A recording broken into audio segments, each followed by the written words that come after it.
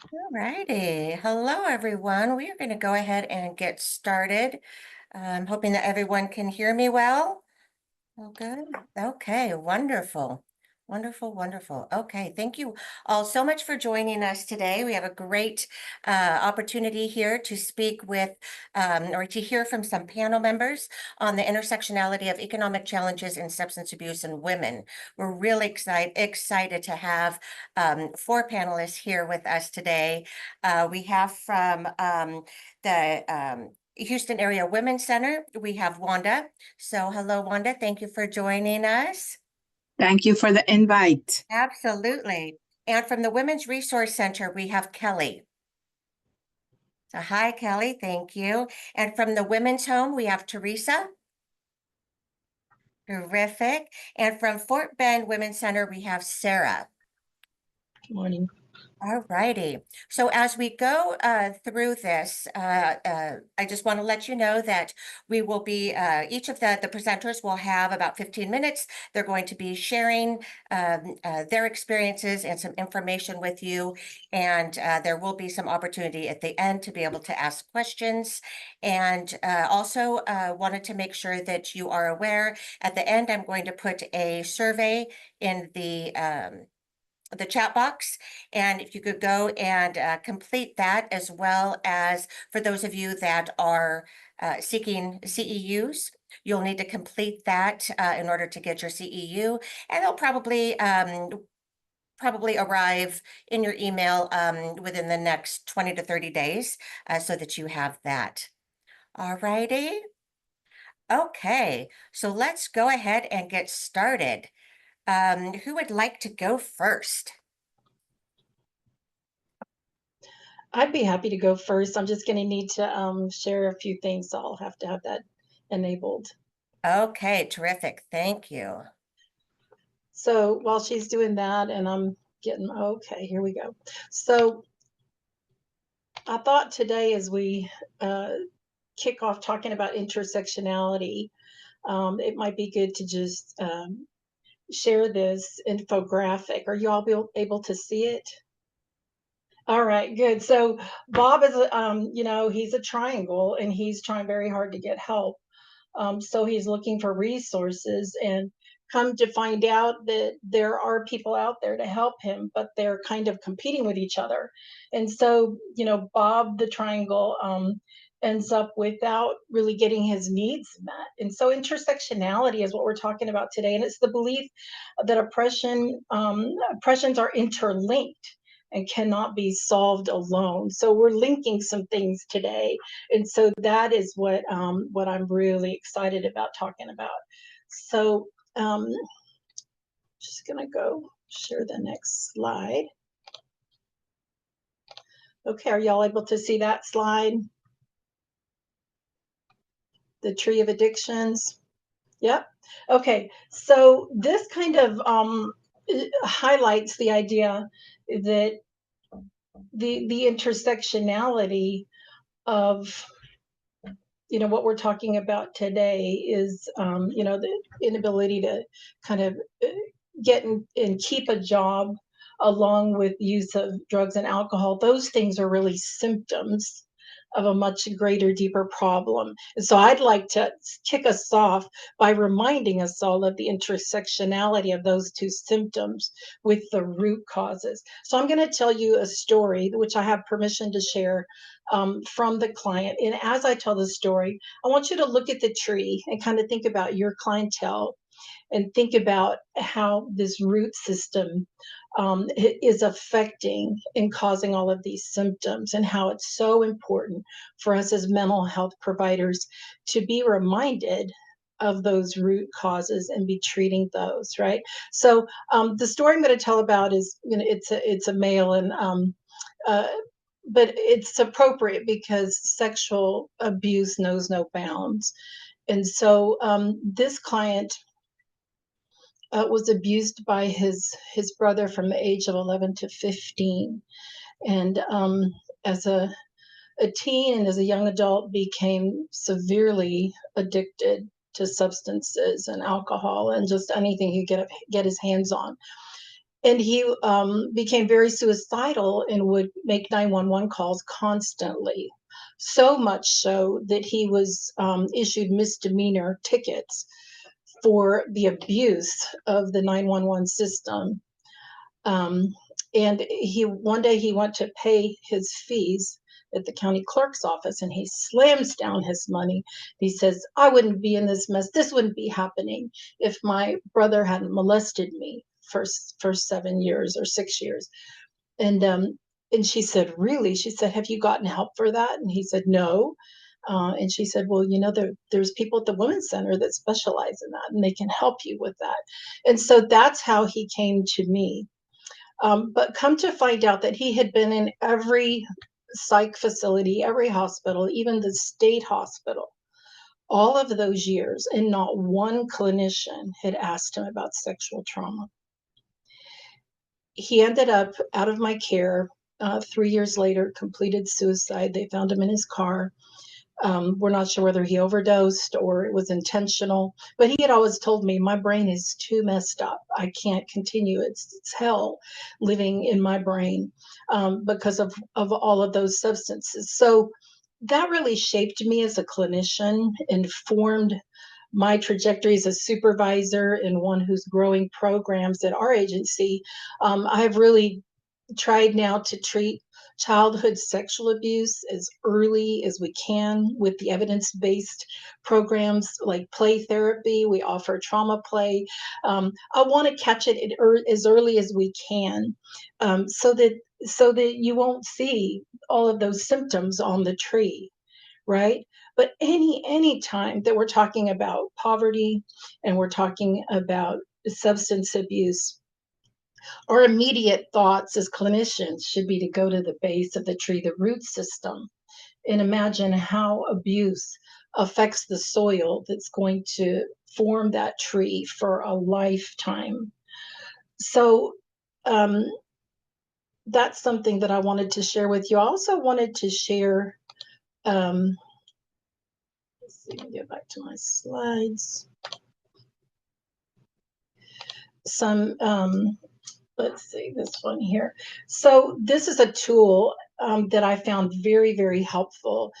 So post-traumatic stress disorder, there's a real push in the sexual trauma community to call it post-traumatic stress injury.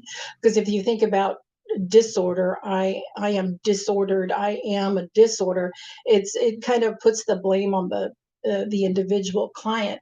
But if you call it post-traumatic stress injury, then it really puts the blame on the perpetrator, which is what we really want to do with sexual trauma. So I love this. This is something that the VA uses, but it's a beautiful tool. I took some screenshots here. So it's called the PTSD Decision Aid.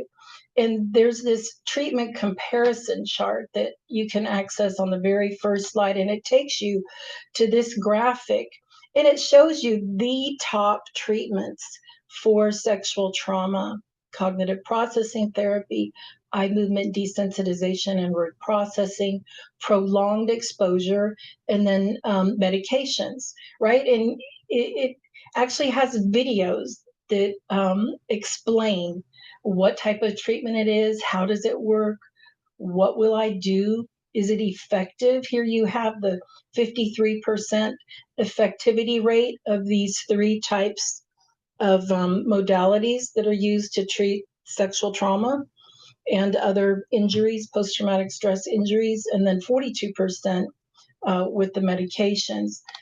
Here it goes on and it says, how long does the treatment last? What are the risks?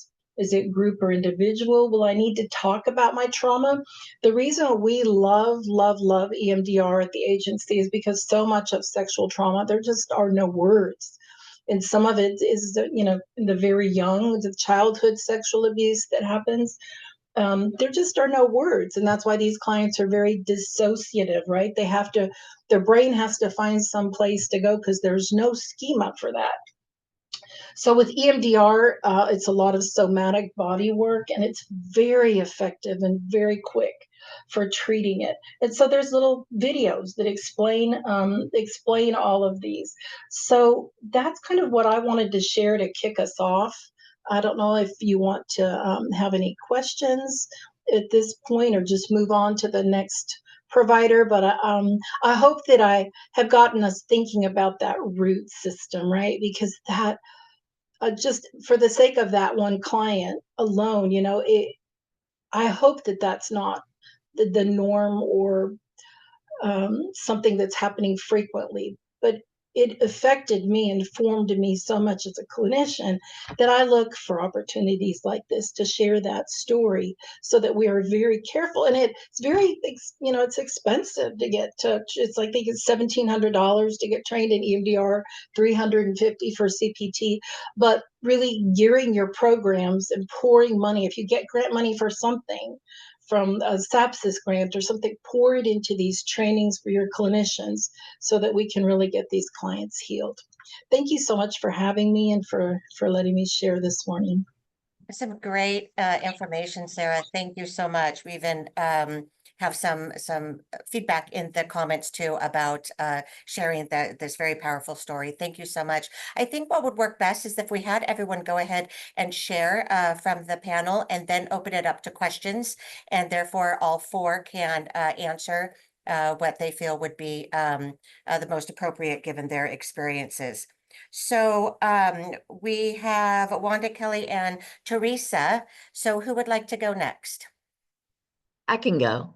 Okay, Teresa, thank you. Hi, I'm Teresa Allen, and I'm the clinical manager of the Women's Home. I'm going to share with you what I have today. A little bit about our our facility. Our mission is to build communities to strengthen women and support families as they reclaim their stability. We have a long-term treatment facility for up to 18 months where our clients live with us in the Montrose area. We also have two apartment complexes for affordable housing and a whole life service center in the Spring Branch area. So I have had 15 years experience working with women that suffer from substance use dependence, addiction, and or mental health issues.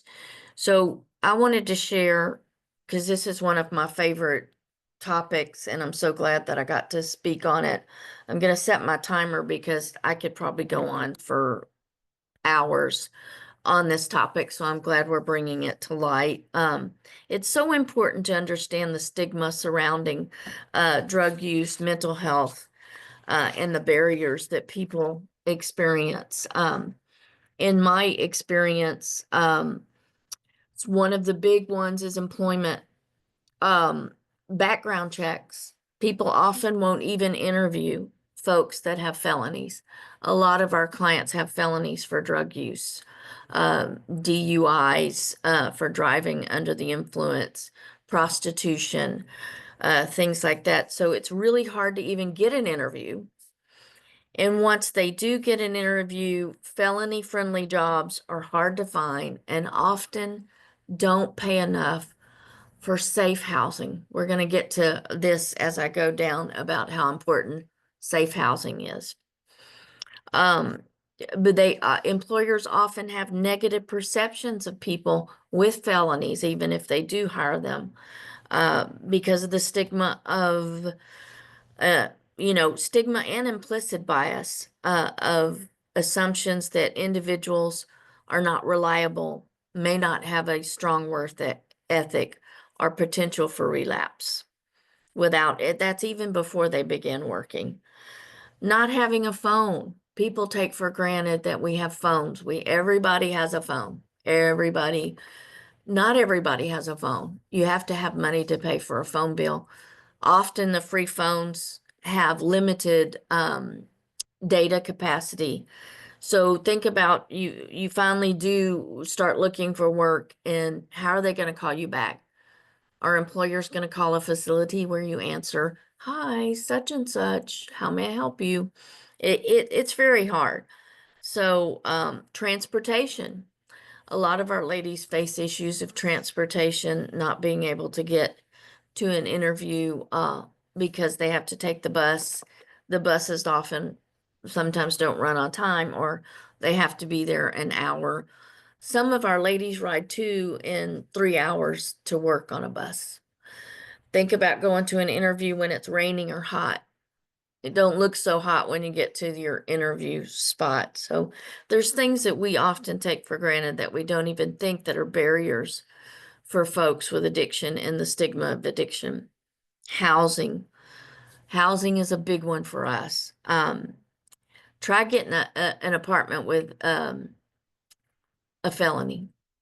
It's not easy. And the apartments you do get are often in areas that are really unsafe, especially for someone who is trying to stay sober.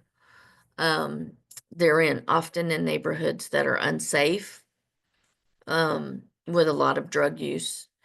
Lack of transportation, again, you're going to see this come up when you look for housing. A lot of our ladies have to find housing that's on a bus route, which will put you often in neighborhoods that aren't family friendly, or they're in very crowded areas.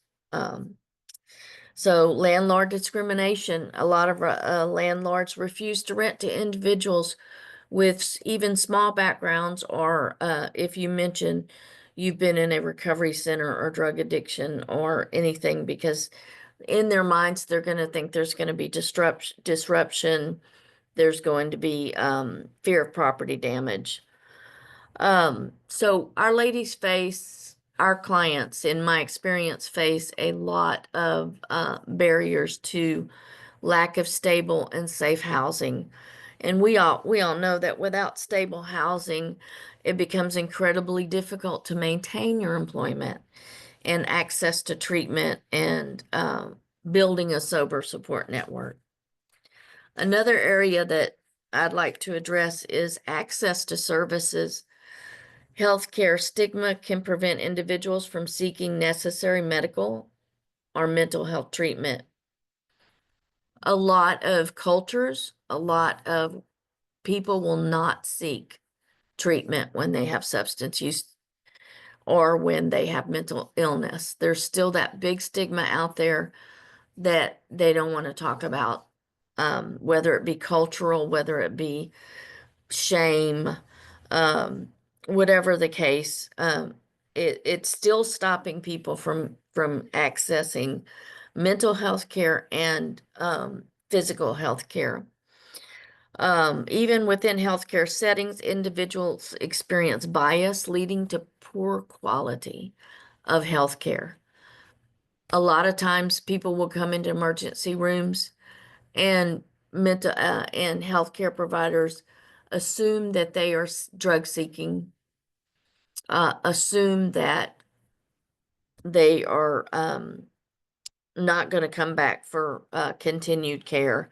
So sometimes it's a one and done with some of these healthcare providers. Long waits. Our clients sometimes sit at the clinic all day long for their appointments. I'm not exaggerating. By the time you get through trying to determine eligibility, assign a case manager, and then wait for the doctor, it takes all day long. And, we take for granted that you pick up the phone, you call your doctor, and you make an appointment. A lot of times our ladies and our clients have to wait till the doctor calls them and they have availability. There again, we're gonna circle back around to if you have a phone. So there's also some problems with that. Now everyone has a portal. You go to your doctor, you hit the portal, they'll do a telehealth visit. You can talk to them about refilling information. You can schedule appointments. Not everybody has a phone. So that once again is another barrier, and a reminder of where you're at, right? So that also affects self-esteem. Let's see. one of the things that's near and dear to my heart is poor dentition. A lot of our ladies are missing teeth because of drug abuse and drug use. It causes a terrible amount of shame, incredible amount of shame. When they look in the mirror, they are constantly reminded of their past. I mean, without teeth, can you really imagine going to a job interview? A lot of my clients have had to sit for a job interview without teeth. It's a terrible, painful, shaming experience. Um, so dental care, let's go to dental care. The dental care is often, I'm sorry, guys. I must have hit something. Dental care is often considered cosmetic. So a lot of our clients will get teeth pulled because of, rotting and infection. But then it takes a long time to go through our system, our dental system, to get dentures. They're expensive. I know from an experience here, working here, it will take almost a year to get a full set of dentures. So that they're going to have to, do without or go to these interviews without teeth. It's also difficult to eat without teeth. A lot of people don't realize that without teeth, it aids in our digestive system. So try chewing food without teeth. It's not a fun experience. Our legal system is another area in which there's lots of bias, there's lots of discrimination, there's lots of stigma. Navigating our legal system is often difficult and takes a lot of money for legal fees. Courts will often ask a person to pay fines right away. When people are in treatment, they're not going to go right to work. They're going to stay in treatment for a while. These fines add up. So the courts are coming along a lot. We've seen a lot of improvement in the courts with the Star Court and the other courts. I would like some of these small counties, I would wish they would get online too. So that way they can give people more aware of people that are in recovery, giving them Can I interrupt you time. just for 1 second? I'm so sorry. Mhm. Are your slides to be progressing? No. Okay, yeah, just wanted to check real quick. yeah. Thank you so much. Uh-huh. So there's also sentencing disparities. Individuals with mental health conditions or substance use disorders, they might receive harsher sentences or be denied access to treatment while they're in incarceration. I'd like to think some of the key considerations that we can take out of this discussion today is that mental wellness is essential for building and maintaining healthy relationships. Strong support networks are vital. Mental wellness contributes to a sense of purpose. It's also crucial to recognize that substance use disorders and mental health conditions that require treatment and support are not moral failings. They are not moral failings. They are medical conditions. Reducing stigma is essential for creating a more just and equitable society. Providing access to treatment, support services, employment opportunities can help individuals rebuild their lives and contribute back to our communities. By understanding these factors, we can work towards creating a more supportive and inclusive environment for individuals facing these challenges. That's what I strive for here at the Women's Home. That's what we strive for as a team with the Women's Home and with all of you, all of the people that we work with. Each and every one of us is striving to help people so they can be stable and be a productive member of our society. Thank you so much. Thank you, Teresa. Thank you very much. There's a lot of great information. Okay, so next we have Kelly or Wanda. Who would like to go next? I would like to go next. Okay, Um, Wanda, thank you. I think Teresa has to stop sharing. Okay.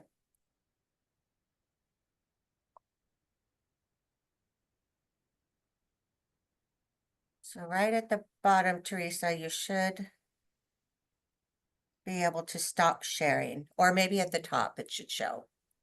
There we go. Perfect. It moved around on me. Thank you.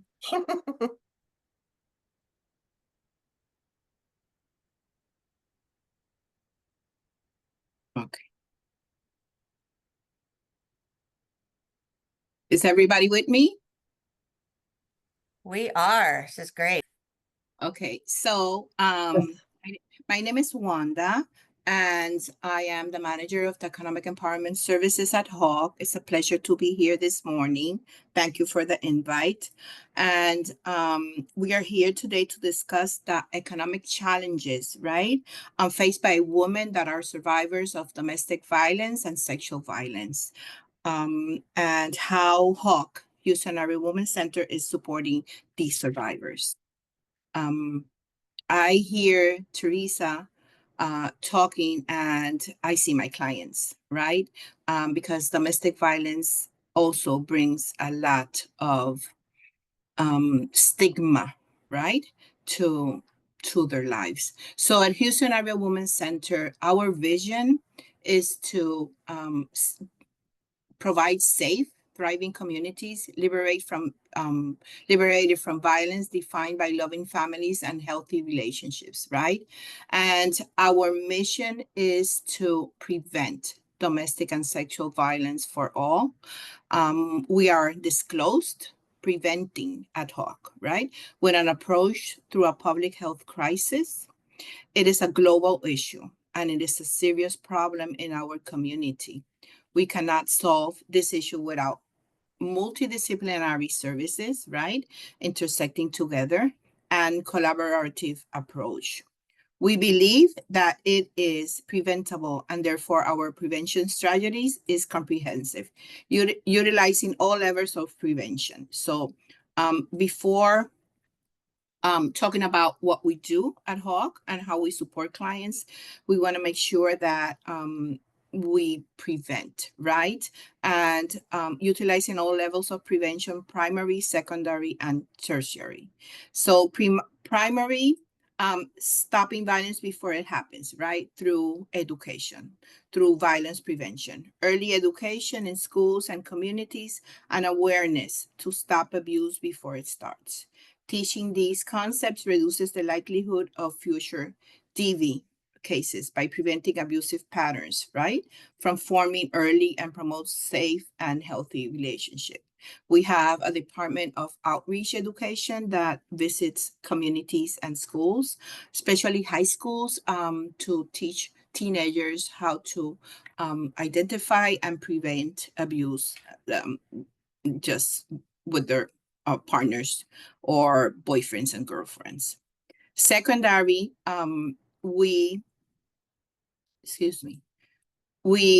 once it happens, right, we have our crisis response hotline, our crisis interventions, behavioral health and well-being, housing residential services, legal advocacy and financial empowerment assessments, right? Empowering individuals with financial literacy and self-sufficient training. Tertiary, we provide long-term counseling. That is our goal, right? The clients keep engaged. Sometimes we receive clients at the shelter and we provide that first aid, right? That stability, that security, that emergency crisis intervention. But our goal is for them to keep connected. So we provide an easy transition to non-residential services, right? Where they can keep connected to our counseling services, our economic empowerment services, our legal department, right? So long-term counseling support, long-term tools for financial independence, trauma-informed therapy for survivors of abuse, right? Advocacy for stronger laws and policies, that also comes right together and is so important. So at a glance, Hawk uses strategic public health advocacy, including public awareness campaigns, improving policy, improving access to services, right? Research and increased funding for domestic and sexual violence sectors, and comprehensive client services, direct services, one-on-one services, group services for survivors of domestic violence, sexual assault, and sex trafficking. Designed to interrupt the cycle of interpersonal violence from immediate crisis. Okay, so we are conscious of survivors with us today. Feel free to excuse yourself, right? Turn off the presentation if you feel triggered. Allow yourself grace and forgiveness in this space. Healing is a process and your journey is unique. So for me, that is important, right?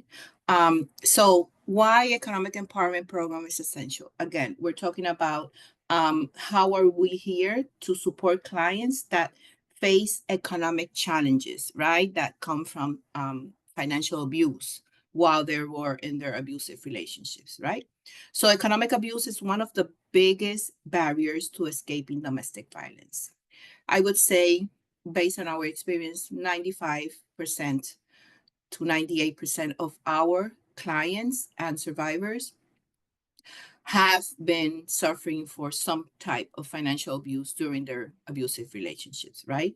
Survivors often lack financial knowledge and they don't even know that they were living in an abusive relationship because probably that's the only experience that they had, right? Survivors often lack financial knowledge, credit history, and job experience. Financial stability is key to ensuring survivors don't return to abusive relationships. So our program is essential because it's designed, right, to help survivors gain financial independence and long-term stability and strengthen victims' advocates' financial skills to support survivors in moving from short-term safety to lasting security. So our key program components are employment and education readiness. So we serve clients with job training, resume building, job readiness programs and employment resources, client assistance to enroll in school, vocational training opportunities. We teach them how to navigate, right, the computers, the internet, to be able to apply for jobs or create, right, their resume. Financial literacy, we provide financial education. So we encourage our clients to connect, right, with financial education. Usually we use the All-State Moving Ahead curriculum that was created for survivors. So it's empathic, it has compassion, right? And it's a great curriculum. We during these meetings, we talk about budgeting, credit repair, financial planning support. We also support our clients with programs like the Match Savings Program, asset building. So we've had clients that meet with us every week during our financial support groups. And when we talk about assets, not necessarily as buying a house, right? But the simple act of opening a savings account for the first time, right? That's an asset for them, and that we celebrate, right?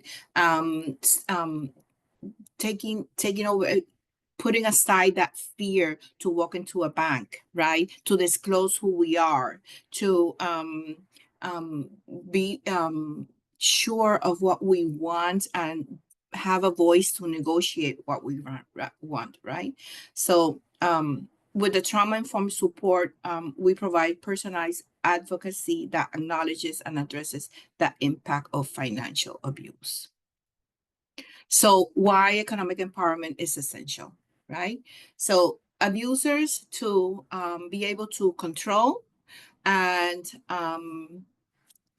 decide and take away our survivor's voice, they use a lot of methods, right? Being the lack of financials, one of the most strongest one, right? What survivor feels safe going out of her home, leaving her abusive relationship without a place to go, right? Without money to buy food, without a place to sleep. And if they go with, if they escape with children, right? They will prefer to stay in an abusive relationship versus jeopardizing their kids' security. So abusers, they restrict access to resources. So this is what we see every day. And I'm sure Teresa also sees this, right? Blocking access to money and bank accounts. Okay, so we have a bank account, but I have all the ATM cards. You are not allowed to take a penny out unless you ask me for the money. Withhold essentials like food, medication, and clothing, right? You need medication for the kids, but unless you have sex with me, you will not get that, right? So a control, right? Deny access to credit cards and banking tools. Again, very similar to debit cards. We have a bank account, or we have a credit card. It's in your name, but you don't have access to use it. I use it. I control it. I know how much money to pay or when to pay, and I decide, right? And eventually, if I don't pay, I ruin your credit, right? If we took out the credit on your name. Creating financial dependence, right? Prevent survivors from working or pursuing education. This is very common. We have a lot of survivors that, because of trauma, haven't been able to finish their GED, right? And when we talk about work, maybe our survivor is allowed to work, but constantly the abuser showing up, calling the job, or for physical abuse, that client puts her job in jeopardy, right? Exclude survivors from financial decisions. So the abuser makes all the decisions, right? How are we going to spend the money? What I'm going to buy? I want to buy that car. Nobody's opinion is valid, only the abusers, right? We're going to lease this apartment, and even though your name is there, I'm going to put your name there so I can control that you cannot leave, right? Because then comes the other part of the evictions, right? Exclude survivor from financial decision, max out credit cards, and refuse to pay bills. So I was going to share a story from one of our clients that is living this abuse. So when she was with her partner, which she is not no more, her abuser, he was the one that used to work, right? His credit was completely damaged, right? And our client's credit was in a good place. So he courts her and threat her, right, to sign on credit cards and on loans on her name with her credit, right, score. And he said, I will pay all the debts, right? All we need is to get that car. And if we don't get the car, I won't be able to go to work. We won't be able to have an income, right? So you need to sign so we can get the car and I will pay for it. So long story short, she is separated. She was able to get out of the relationship, but as we speak, she still has to call her abuser every month to remind him to pay the bills because her credit is getting it's in a bad place because he does not pay the debts. So he is still controlling her, right? Having power over her because of these abuses. So this is just one story because we have so many, right? Sabotaging financial stability, accumulate debt in the survivor's name, right? We just talked about that. Disrupt work performance through constant interference. We also mentioned that, right? So again, why economic empowerment is essential. How financial abuse creates barriers to independence, right? Forcing survivors into homelessness or instability. Blocking access to money leaves survivors choosing between staying in an abusive or facing homelessness, right? Ruining credit and creating debt to block financial security, right? So in the long term, even though you are out of the relationship, you still have your credit damage, right? You are full of debt and trying to escape, right? An abusive relationship. ruining credit and creating debt to block financial security, sabotaging employment to limit opportunities, right? We hear stories every day of abuser coming to the work scenario, um, calling constantly, waiting for the survivor in the parking, right? I'm doing everything possible to jeopardize that job. Creating legal issues to prevent independence by unpaying bills, financial abuse related to legal issues, right? We have abuser telling their partners that they're going to call immigration, right? For example, to tell on them. And now with everything that's going on, we have clients that's so scared. So because they come from this mindset, it's very difficult for them to move forward, right? So the intersection between economic empowerment with other hawk services. Um, we believe in an holistic view, right? Multidisciplinary approach, trauma-informed approach to support clients in their path through financial abuse, right? The economic empowerment program services ad hoc often intersect with other support services to provide a comprehensive approach to helping survivors rebuild their lives, right? So by integrating our services with other HOC services, survivors receive wraparound support that addresses the root causes of financial instability. Many survivors experience trauma, anxiety, right? Depression, PTSD, and low self-esteem. This approach ensures they not only secure employment, but also maintain long-term independence. So our survivors may struggle with concentration, motivation, or confidence due to past abuse. Survivors may experience anxiety, panic attacks, or fear of authority figures at work due to past trauma. Abuse can leave survivors feeling powerless and unworthy, making it difficult to advocate for themselves in interviews, salary negotiations, or career growth, right? Counseling and therapy supports emotional healing, helping survivors feel more prepared to seek maintain employment. Therapy helps clients rebuild self-worth, right? Decision-making skills, and trust in financial agency. Mental health services provide coping strategies to handle stress, workplace challenges, and professional relationships. Helps clients develop self-confidence, right, to pursue job opportunities. So we encourage clients to participate of the counseling services, right? Because we have proven that if the client is stable, she is more focused, she can prioritize, she can get and probably maintain for a long time, right, her job. Many survivors of DV and SV turn to substance abuse, right? We sorry about this. We spoke about this. Teresa and Sarah spoke about it, right? So by integrating all the services, right, we're also able to approach that situation. I lost my. I wanted to mention.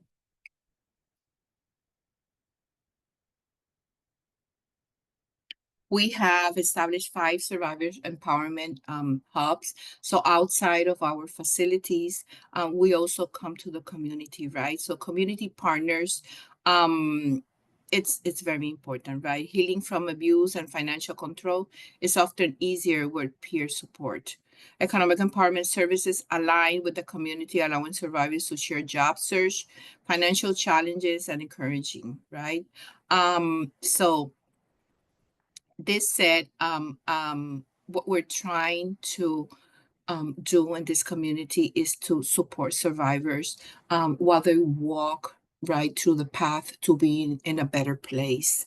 Like Teresa mentioned, there are many barriers, right? And we struggle every day to be able to connect them with resources, right? To connect them with work, to help them with their self-esteem, to help them with simple things like creating a resume, right? Learning how to go inside a computer and check their email, right? And be able to apply for a job. And is that walking through the path together, right? Through trauma-informed case management and motivational interventions, so clients feel that we are partnering with them, right? Not just telling them what to do, just taking into consideration what they need and how can we assess. So if someone has any questions, if not, I will let you guys with Kelly, who has been working with us so closely, right, for more than 10 to 12 years. Thank you. Wonderful. Thank you so much. And I think that that's great. I love to hear and know that y'all are working together in doing what you can for the consumer. So we're going to go ahead and move on to Kelly with the Women's Resource Center. Great. Thank you so much. I have really loved hearing everybody's information. I love how it all connects together. Sarah, thank you so much for that slide at the very beginning of your presentation about intersectionality. I think it's just perfect for our conversation today. So I'm Kelly Keith, and I'm the Chief Program Officer with the Women's Resource of Greater Houston. I'm a licensed social worker. I've been at the Women's Resource since 2011. And we have just had the great benefit of partnering, as Wanda said, with Hawk and also with the Women's Home since before my time at the Women's Resource, actually. So those are two of our longest standing partners right there. So let me just take a few minutes to talk to you a little bit about what we do. And then I want to talk about an actionable program that we were able to work together with Wanda on back in 2020 and 2021. So first of all, at the Women's Resource, our mission is to help women and girls to make financial decisions and help them become financially stable, independent, and productive. We envision a world where every woman is able to take control of their finances and really believe that a woman who has control of her finances controls her destiny. So that is really what guides our work. Here on this slide, you can see kind of our history. We actually started as a grant-making foundation and commissioned research, but really began doing direct service work in about 2022, 2023. And I'll go on to some of our core programming. These are our programs for adults. I all fall underneath the Your Life Finance umbrella. The first is our finance classes. Our finance classes were created in-house by the Women's Resource. It's a 6-class series that just really does a good job of setting the foundations of basic personal finance. I had somebody who went through our classes from one of our partner agencies tell me, like, if you've ever taken a Dave Ramsey course, our classes should come before Dave Ramsey. They're just, kind of setting that foundation. They could be taken by anyone. You could have no income to a 6-figure income and still really, really learn something from the 6 classes that we teach. Their focus is budgeting, savings, credit reports, credit scores, debt, and then how to set and achieve financial goals and how to afford large purchases. So in the large purchases course, we talk about how to save for a car, what to do when you're looking for, housing. We talk more about rental just because a lot of the women that we work with are looking for rental housing.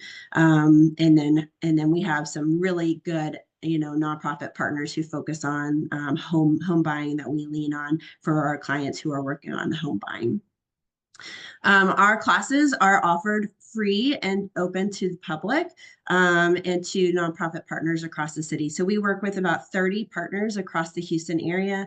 We go to the partner, we try and alleviate a lot of these barriers that we've discussed today, transportation, we go right to the woman. So we teach classes on site at the Women's Home. We teach classes on site at the Houston Area Women's Center shelter location.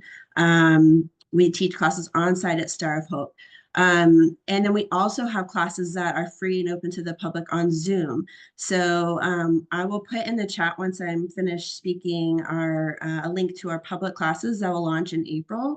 We always have a public class series that starts at the top of every quarter. So our classes will be on Mondays, I think at noon, starting in the month of April. And anybody in the whole United States can sign up for those and take those classes. Our next program that I want to talk about is our financial coaching. So this is one-on-one financial coaching for women. I will mention that the finance classes are open for men and women. That's our only program where we serve men. All of our other programs are focused only on women. And I apologize, I'm getting over some sickness. So if you hear like stuffiness in my voice, that's where that's coming from. So our Your Life financial coaching is one-on-one financial coaching with women. We serve 200 women a year with financial coaching. We have 4 coaches on staff, 2 of which are bilingual, so we can do coaching completely in Spanish and in English. Coaching is client directed, so our goal is to work one-on-one with that client, help them to set financial goals that are meaningful for them, and then help them walk through the path to achieving those goals. We usually walk clients through the understanding of a personal budget. We really believe that the budget's at the core of really understanding your finances. It is very difficult for women sometimes to do a budget. And even the word budget sometimes is scary for women. And so we just have all kinds of ways to work with women, judgment free, depending upon their situation, to kind of take them step by step by step. If we need to start with just a pencil and paper and just start, just scratching out what is your income, what are your expenses, we can start, as simple as that. We also have online tools on our website, so we have access to a budget, the Women's Resource Budget. If you're ever, curious about utilizing a budget and you don't have a template, you can go check ours out on our website. We help women to work toward goals such as starting to save. A lot of our women come to us and they have no money in savings, or less than $500 in savings. We know from research that if a woman can save at least $500, then they're more equipped to be able to handle a financial emergency, such as having to go to urgent care or to the doctor, or deal with a flat tire. Having to go to a loved one's funeral. Those kinds of things can usually be covered by $500. So we really encourage women who have nothing in savings to try and get to that $500 mark, and then after that, work toward larger goals. And that usually typically seems a little bit more achievable to the women that we're working with. And then we work with women on tackling their debt, which can also feel pretty unsurmountable, but, bit by bit and with a plan and a budget in place, it is doable for women to successfully, start chipping away at their debt and sometimes tackle a large chunk of it. And we have strategies in place in our classes that we talk about for paying off debt, and then also strategies, for paying off debt that we work with them on a one-on-one basis about. Talking to women about their credit scores is also really important. A lot of women are really scared to look at their credit score for fear that it's really going to be horrible. A lot of times they're surprised it's not as bad as what they really thought it was. And then we arm them with knowledge, around what are the factors that affect your credit score, and that you actually have a lot of control, in regards to increasing it. And so walking them through that process and helping them succeed in their credit score goals. I'm going to skip Your Life Possibility Groups just for a moment, because I'm going to talk about that program and the way that we ran it in partnership with Houston Area Women's Center.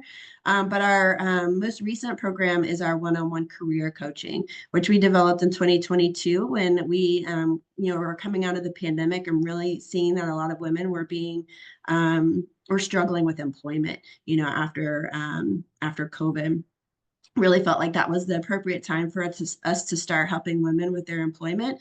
And so we have 3 career coaches on our staff now who can provide that one-on-one support. And really a lot of it is, as Teresa and Wanda and Sarah have all mentioned, is confidence building. Women who have struggled with employment have self-esteem issues around employment.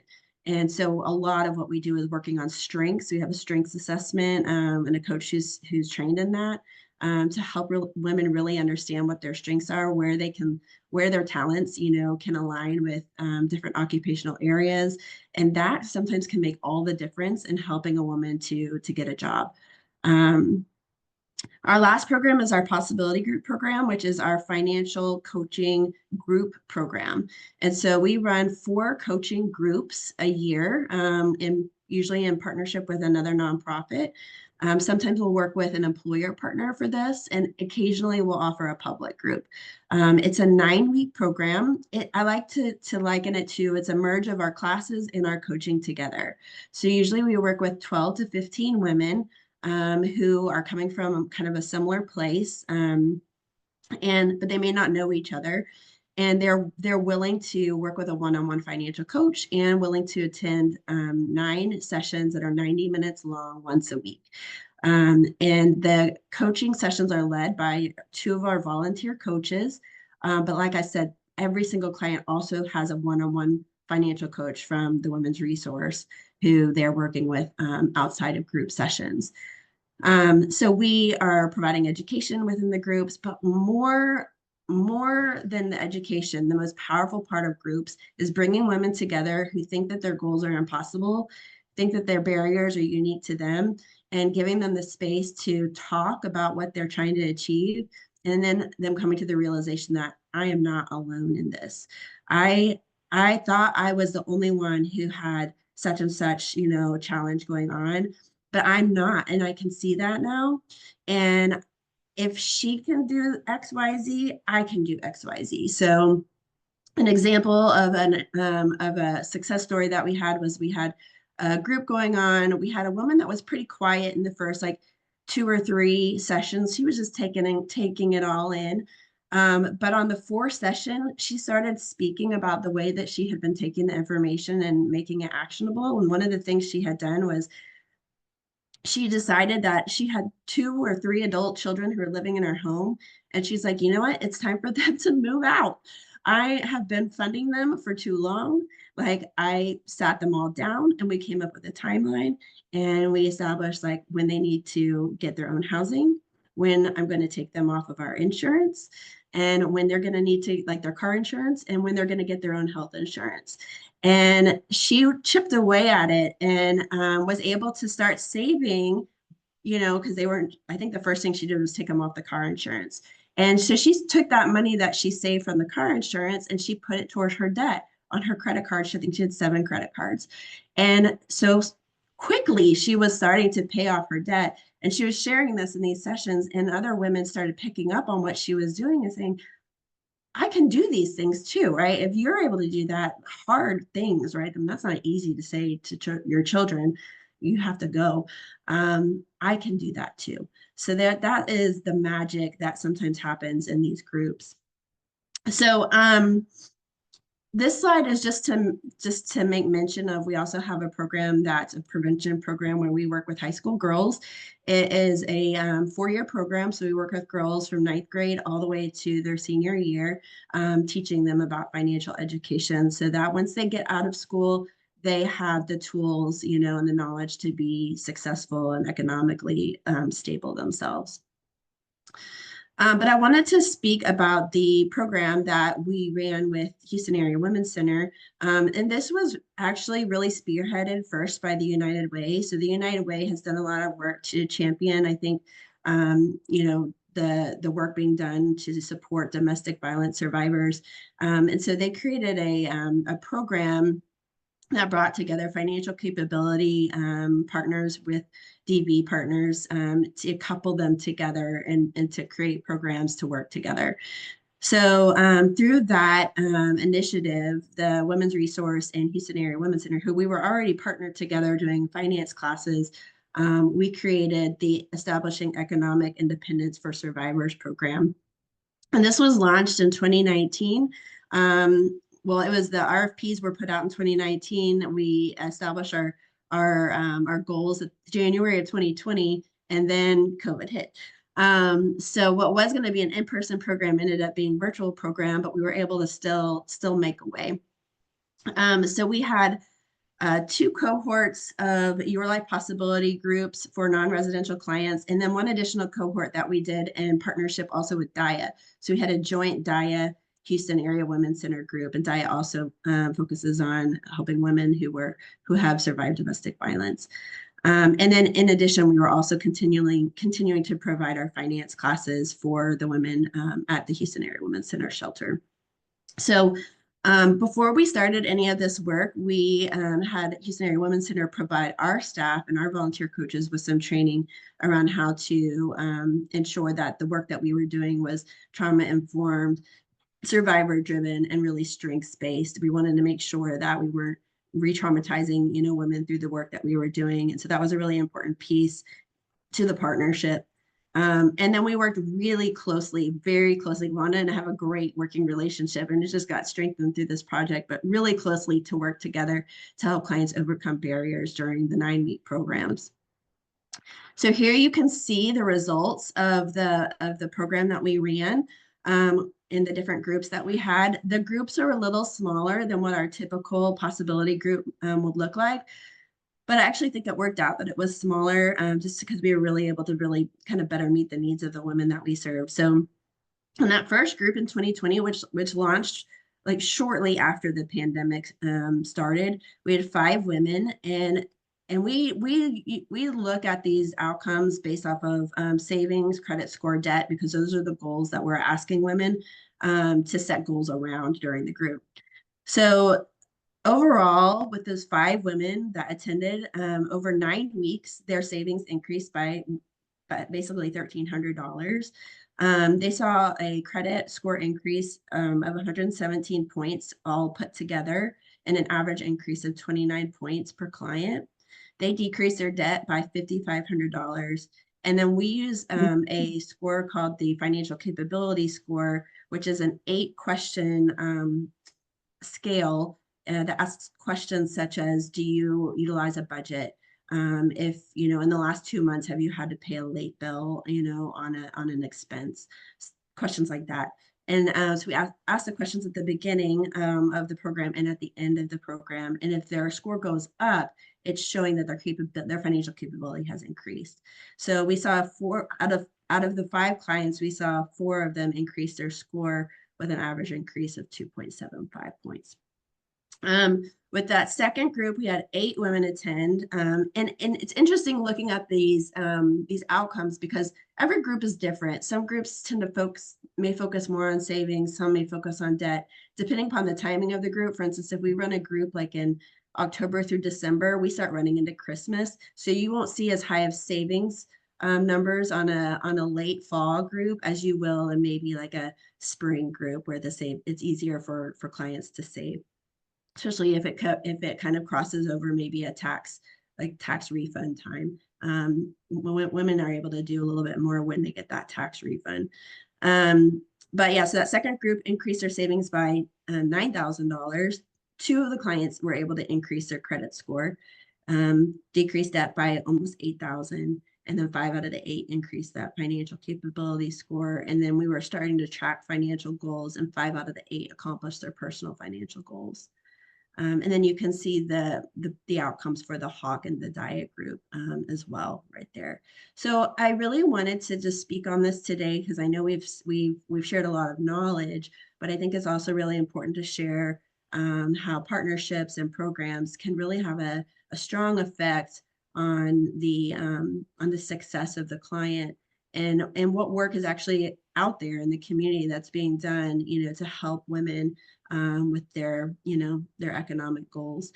I'm going to ask Wanda just to speak a little bit toward the project. Wanda was instrumental. She went over and beyond just in terms of, making sure that the women who are in this program were just that their needs were covered, right? A lot of the needs that Teresa talked about, that Wanda talked about, those challenges, those barriers, those came up during this group, and those can oftentimes can derail, like progress. But Wanda really jumped in and kind of helped save the day on a lot of occasions, to help keep things moving forward. So Wanda, do you have anything you want to say?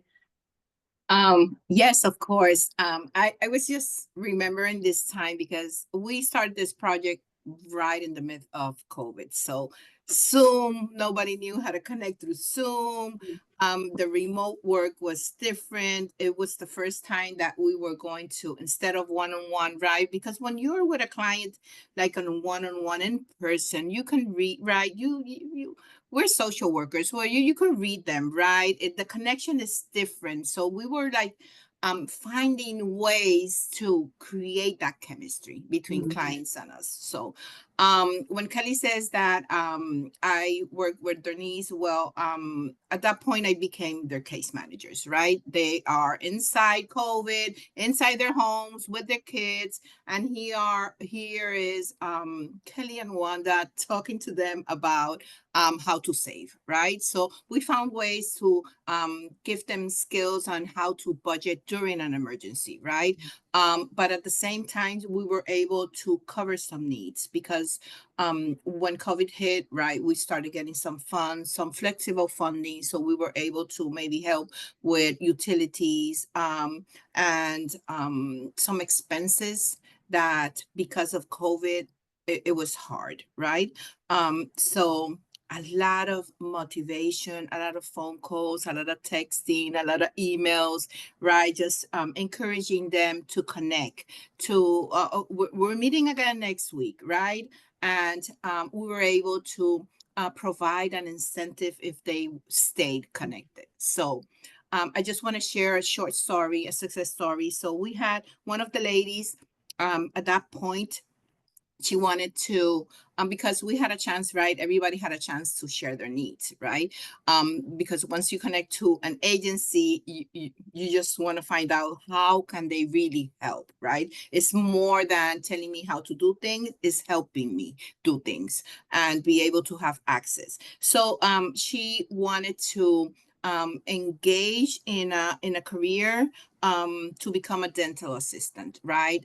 This is a client that had some health issues. She had children, and she had a debt with another college, so her transcript was stuck in the other college. So we were able to pay her debt with the other college. So she got her transcript, moved to the new college. We got her laptop, and she enrolled in her new school. We were also able to help her with her scrubs. She needed scrubs, so we got her some scrub for her new school. And it was beautiful that last year, 2024, she reached out to invite us to her graduation. Right. She kept connected with the counseling piece. We haven't spoken like in maybe a year, and she sent me an email, right? I want you to be in our graduation. So we jumped in, and I was proud enough to be able to pay for her graduation gown. And her case manager was able to be present in her graduation. So we worked together, right? And this lady we met through this pilot program, and we created a safe space for her to come back, right, and finish her goal and accomplish her goal and become independent, financially independent, because in the long run, that's what we all want, right? To give them an option, right? A chance to regain their voice, be able to show the community what they can bring, right? And thrive. So it was a great experience, and we learned a lot, and we keep learning from our clients, and we keep reinventing ourselves, right? To keep supporting in any way possible. And I'll add that, financial stability takes a long time. It is not something that happens overnight. There's a fact that usually if you're going to increase your credit score by 100 points, that can take up to 18 months, especially if your credit score is very low. So at the Women's Resource, the longer we can hold on to a financial coaching client, the better for that, just for that client, and support them through that entire journey. We see the journey take a while, for our clients, and we do leave the door open for them if, the season isn't right for them to be in coaching, but they need to come back, that they can come back at any point, and continue to get support from us. At the same time, we also want to, we want to make sure we're helping the client. And we really believe in teaching a woman how to fish so that they're not reliant on us, forever. And that at some point they do become confident enough on their own, and they've had enough wins that they can take the journey, on themselves. This is wonderful. Thank you all so very much. So much information as well as the stories. I think that that really helps. I am sure I speak for many, but I know for me, it just really helps to demonstrate what it is that you're actually doing. And for many of us who provide those services, we don't always get the opportunity to see the end result or the progress made. Sometimes they come in and then we don't see them again, and we just hope that that they've taken some of what we've shared with them. But it's so nice that there's an opportunity to be able to see that, and to have someone reach back out and say, hey, I just want to let you know this is where I'm at. It's just very, very very cool. So thank you so much. So Kelly just put the link to their next free public finance class in the chat. And so I wanted to, at this point, open it up to questions that anyone may have. If you want to raise your hand, then I can uh, um, call on you, or you can put a question in the chat, and then we will check with everyone to, see who would like to answer that question.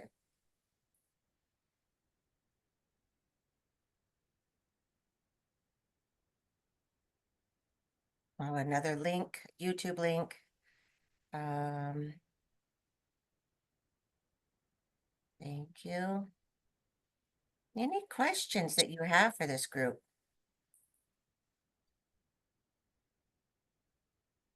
So much information that you shared. I just put in the chat our hotline numbers for DV survivors or sexual violence survivors. So the hotline is 24/7, and that will be the first step, right? To engage with us and receive services right away. Wonderful. Okay. Any other questions? Is there anything else that either four of you would like to add? Maybe just a little extra tidbit that you felt that you may not have shared before? I do have a question for Sarah. This is Vicky from the Women's Home. And Sarah, I just wonder how long did it take for you or for the client to disclose this traumatic trauma abuse? How long did it take? Yeah, so it varies, different experiences. When I was doing some private practice through my church, with a primarily Hispanic population, all of the males took at least 3 or 4 sessions before they would disclose. There really had to be some rapport and trust. But to my surprise, 90% of the Hispanic males that were coming to me through that time had had a history of childhood sexual abuse. And they were coming to me for many different reasons. They weren't coming to me to be treated for that. So that really opened my eyes to that. It was very shocking to me, and I've never seen any research to kind of support that. But from then on, it became pretty bold, just kind of normalizing it. Like, we just ever had any, sexual trauma. So were you ever forced to have sex in a way that you didn't want to? Were you ever touched? Were you ever forced to touch? somebody else's private part, because now we teach the kiddos that their hands and mouth are also private parts, because so many children are manipulated into touching and fondling. So it really depends on the individual, but the most important thing is to establish that trust rapport. If they know that you genuinely care about them, and want the best for them, they're going to be more likely to share with you. But we're just kind of like, what did you have for breakfast? Have you had any sexual trauma? Like, kind of normalizing that this is, many clients, like our domestic violence clients, will preface it by saying many clients who come to us for domestic violence also have a sexual trauma in their background. Could that be your case? And then just asking those peeling back the onion questions, right? Normalizing these things for clients, right? Because sexual trauma in childhood is a big setup for domestic violence, right? If you haven't dealt with shame and you just continue living your life feeling I'm worthless, then you'll allow people to perpetrate you in other ways. So I hope that answers your question. Thank you very much, Sarah. That's great. Thank you for your job in this Oh, community. thank you. Yes, thank you so much. So we have Christy has a question. Go ahead, Christy. Hey everybody, I'm Christy and I work at the WEC. It's a program here at the jail, and I work with a lot of it's women empowering community is what it's called. And I do work with a lot of women, and a lot of sexual trauma has been the cause of their substance use and the criminal activity, as well as financial, of course, and human trafficking and sex trafficking, and it's just been overloaded. But my biggest issue, my biggest barrier is, I think, maybe it was Teresa that touched on the court system.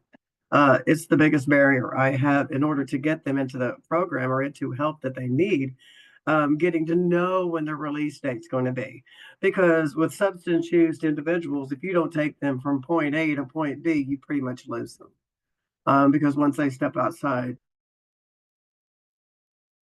the jail walls, it's a squirrel and they're off to the races. So I have a big issue with the court system and being able to touch base with finding solutions. And most of the solutions that the court system wants to deal with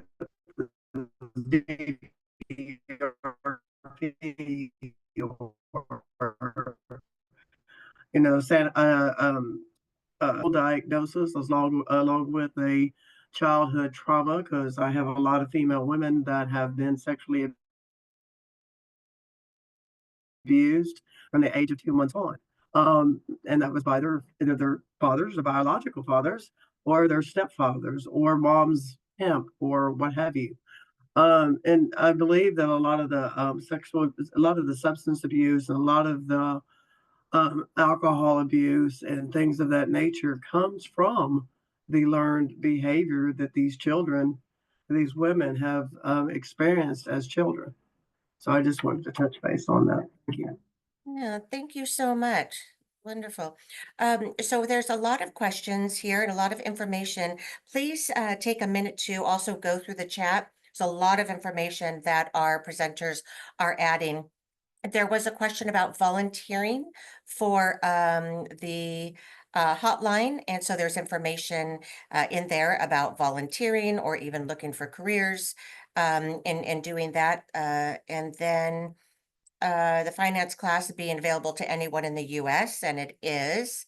And so there's some more information on financial coaching. Another question was there any relationship between healing from trauma and making strides in their economic development? Who would like to answer that? Just jump in. I would definitely say yes, Sarah. But Go ahead, I'll take a minute. It has been proven, right, that if a client feels ready to start working towards her financial journey, right, it's highly encouraged that she also works through her counseling, and healing process, right?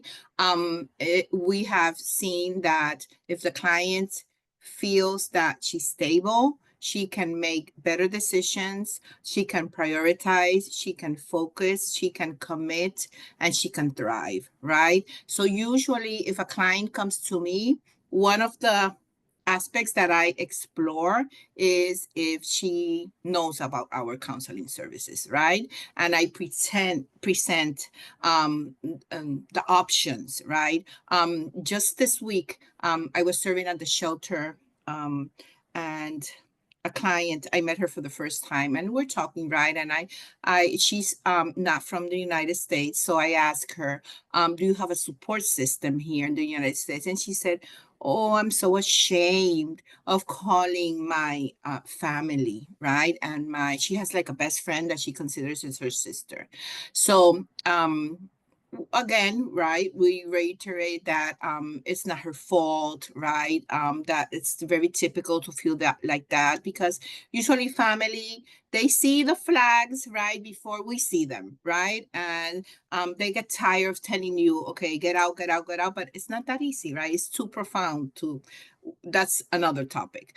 So I spoke to her about the psychotherapy services we have on board at the shelter, and she said, but it will be safe. Should it? So I guaranteed her that it was a safe place to talk, and she gave me the opportunity to walk her to our psychotherapist. Right. So once we finished, I walked her, and the next day she was so grateful, right? Because she had that space to just assure herself that she was in a safe place, and that it would be a good idea, right, to start getting ready to call her support system, right? So definitely we have proven many times that putting together, right, all the pieces, it makes the path a little bit easier, right? We also have legal advocacy. When you spoke about the court, right, we have advocates at our agency that accompany our clients to court, right? They're there to support them, to put some guidance and some assurance in the process. So that also helps a lot. They help with, getting restraining orders, custody issues, eviction, divorce, so many things, right? And so that also helps a lot. So we try to work on an holistic, but without the counseling piece, it's more difficult to be able to commit in the long term. Sure. Thank you. Thank you. There's another question. If the services are offered to transgender people as well. Let's see. I just put in the chat that our services, yes, extends to transgender. Perfect. Yes, Wonderful. ours as well. Terrific, terrific. And then another question, somebody had asked what y'all are doing for your own support, your own mental health, dealing with so many clients that are facing some different traumas, and probably similar to probably all those that are working with others. Vicarious trauma is real. We know that. And so it's so important. I will have to say, being a clinician for close to 30 years, we are the biggest hypocrites when it comes to self-care, and we need to do better and support each other along those ways. But if any of you would like to share some things that you do in order to help yourself working with trauma victims. Lots of rest, making sure you're getting rest, making sure you can debrief with your colleagues. We're a treatment team here at the Women's Home, so it's quite easy to gather everybody together and talk and get some support around that. Yeah. I'm from the Caribbean, a place called Puerto Rico. So I try to go at least twice a year just to get in the water and the beach. And another thing, I try not to talk about my work at home. So once I get here and the parking, I just leave everything in the car and try not to, bring. And we believe in self-care. So I'm grateful to my agency that if we need a mental health day, right? Our supervisors, they do everything possible to provide that day whenever we need it. So that helps a lot. And I think some of us we have iPhone, and one of the function is AirDrop. So I think sometimes we need to have AirDrop at our colleagues' office. And Teresa and I sometimes would go out to have lunch together. So we are able to support each other mentally and professionally as well. That is wonderful. When I first started out as a clinician, I heard somebody say, not my circus, not my monkey, having a mantra. But for me, with my values, I say that, these are not my problems. I can't fix them, but I know who can. So that's kind of like my faith and values coming in. But all of us, I think, have a mantra that we could kind of remember that, I'm not going to be able to fix all of this. So that's helpful. And then even if you're not EMDR trained, if something is heavy on you, if you've had a really heavy session, you can do bilateral stimulation by doing the butterfly tapping or tapping on your knees, right? And just kind of just releasing all of that and just noticing, where am I feeling this tension, this overwhelming sadness for this client? Where am I feeling that in my body? And just keep tapping, tapping, tapping until all of that goes away. That's very helpful. And also another thing that I've learned is you can't be angry and too emotionally dysregulated with your hands in this stance, the surrender stance.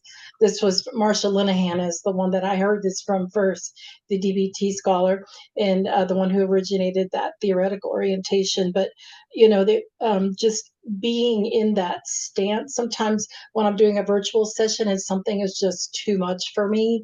For me, it's the legal abuse when the children are removed from the protective moms and they lose custody. That is the hardest thing in my field to deal with.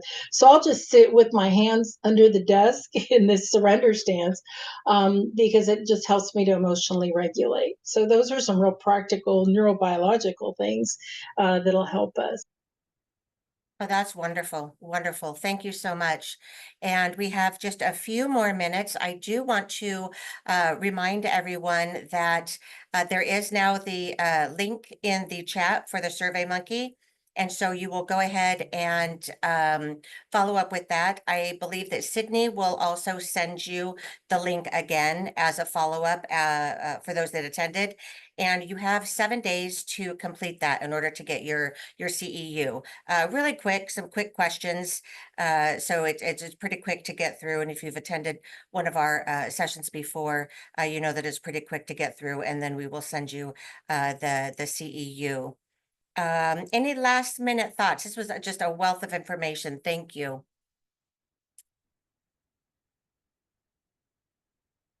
Oh, James, if you're not an NBHP member, how do you get a CEU? Great question. So you can go on the website or just go ahead and email me directly if just for time. Go ahead and email me directly and I will send you the link to do that. So for those organizations that are members of the Network of Behavioral Health Providers, they receive the training for free as well as their CEUs for free. But those that are not members of NBHP, there is a small fee in order to get your CEU. I believe it's $10 or $15. So I can send you the link and you can be able to take care of that. Thank you. Wonderful. This was absolutely fantastic. I really want to thank our presenters today for sharing their information. Wanda Colin of Houston Area Women's Center, Kelly Keith from the Women's Resource Center, Teresa Allen from the Women's Home, and Sarah Garay from Fort Bend Women's Center. So we really appreciate your knowledge, your expertise, and you taking the time to share your information with us today. And I wish everyone a wonderful rest of your day. And we'll see you in the next training. Bye, everyone.